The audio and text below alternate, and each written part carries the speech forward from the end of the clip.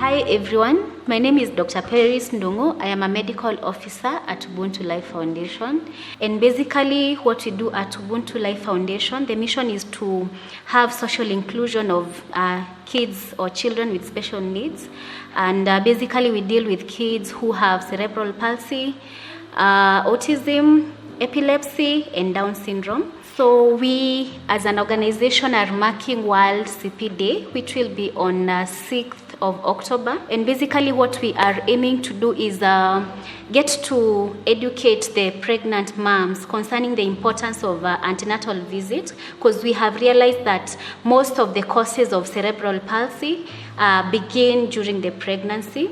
We also are aiming at educating everyone that will show up for that day concerning cerebral palsy, the causes, and how cerebral palsy comes about. So a brief explanation of what cerebral palsy is. Basically, cerebral palsy is the two words cerebral and palsy usually mean brain paralysis. And it's basically a brain disorder that is as a result of brain damage during early development of the child that usually affects the strength of the muscles.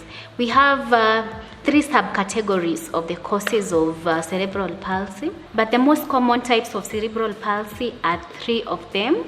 One is we have quadriplegic CP, we have diaplegic CP, and we have hemiplegic CP. So when you talk about quadriplegic CP, what we are basically meaning is we have children presenting with lack of both the upper limbs and the lower limbs are affected. And when you talk about hemiplegic cerebral palsy, one side of the body is affected, and that means one hand and one leg on the same side is usually affected.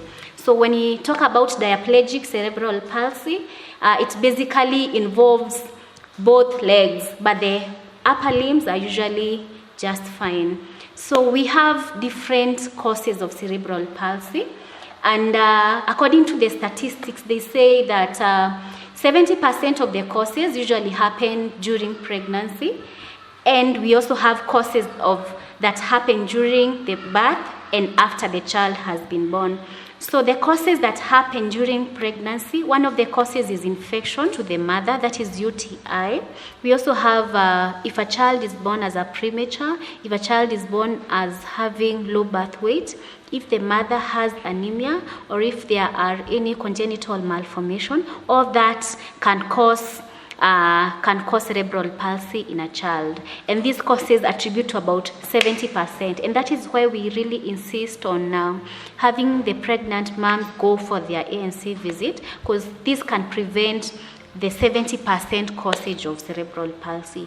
The other subcategory of the causes of cerebral palsy is causes that happen during the birth of the child. We have if a mother has prolonged labor, if there is trauma to the child during the delivery, or if the child gets asphyxia, that means the child doesn't cry immediately. That means that there was obstruction to oxygen intake into the child. The third subcategory of the causes of cerebral palsy is after the child has been born, and this is one infection. The commonest infection is meningitis, and the other cause is jaundice. These we see children presenting with yellowness of eyes, yellowness of the skin, and the causes of this yellowness is bilirubin level. So if the levels of bilirubin go up, get to the brain level, they cause kernicterus. We also have trauma, an example being when a child falls down and they sustain head injury that can bring about it can affect brain development, which brings about cerebral palsy. When we talk about how common cerebral palsy is, in about 1,000 children, you will get 2 to 3 with cerebral palsy. So I know someone could ask, how does cerebral palsy come about? So when we have a decrease in oxygen supply to the brain, when we have low nutrients supply to the brain, that affects the brain development. And when we have a brain development being affected, we have problems the brain function. And the commonest brain function that is affected is one, posture, and the strength of all the muscles. The presentation of cerebral palsy usually is from head to toe. So when we begin from the head, most children with cerebral palsy will present with mental retardation. When you look at the eyes, most of the children will have disorders of the eyes. One of them is squint. They may have strabismus. So you will see some of them presenting with rapid eye movements. And when we go to the mouth, you find that the muscles of the mouth are affected. So you have most of them having problems with swallowing. They also have problems with constipation, because once you take in food and your muscles are weak, you cannot be able to pass that food as it is required. So the process is known as peristalsis doesn't happen. And so most children present with constipation. The other problem that is common with cerebral palsy patients is a disorder of the spinal cord. So some of them might have scoliosis, others might have kyphosis, and so we can also see so many other children presenting with disorders of hip dislocation and also urinary tract infection because of the bowel habitus in most of these kids.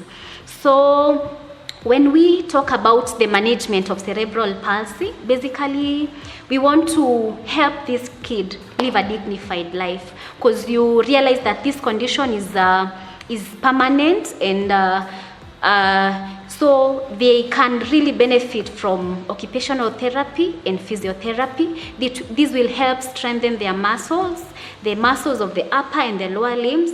And also these children will really benefit from speech therapy, because you find like most of them, their speech is not well developed.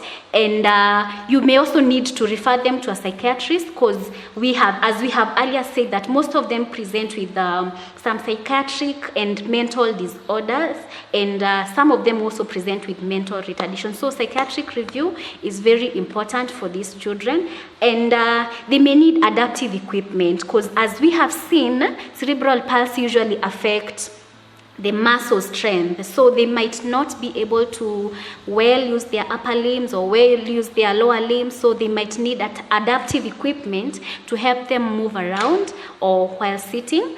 And we realize that most of these cerebral palsy patients might have very stiffness of the muscles, and so most of them might benefit from medications such as baclofen, and them that have very stiff muscle can also benefit surgically from some surgical procedures such as rhizotomy. So the other thing about cerebral palsy kids, most of them tend to have epilepsy. And as we had previously seen, that usually when the brain development is affected, that can trigger electric charges within the brain. And so we need to follow them up in the neurology clinic so that they can benefit from the anti-epileptic medication. So in a nutshell, what is being done in Ubuntu Life Foundation, we are offering occupational therapy, and we also have a special needs school, which basically involves assessment of children with learning disability, placing them and being able to help some of these kids so that they can be able to learn whatever they can. And so in a nutshell, I hope that every one of us has gotten the basic information about what cerebral palsy is, how it comes about, and of emphasis for me is the need for every pregnant woman to have ANC visit, because this will prevent more than 70% of the causes of cerebral palsy. And if we realize that our kids have not attained their milestones as they should have, or they are not growing well as they should be growing, it's very important to have them assessed in hospital by a doctor so that we can be able to know the diagnosis earlier and have the interventions of the condition earlier, and this will help our children to live a dignified kind of life. So thank you so much, and I hope we all have benefited from this information. So thank you very much.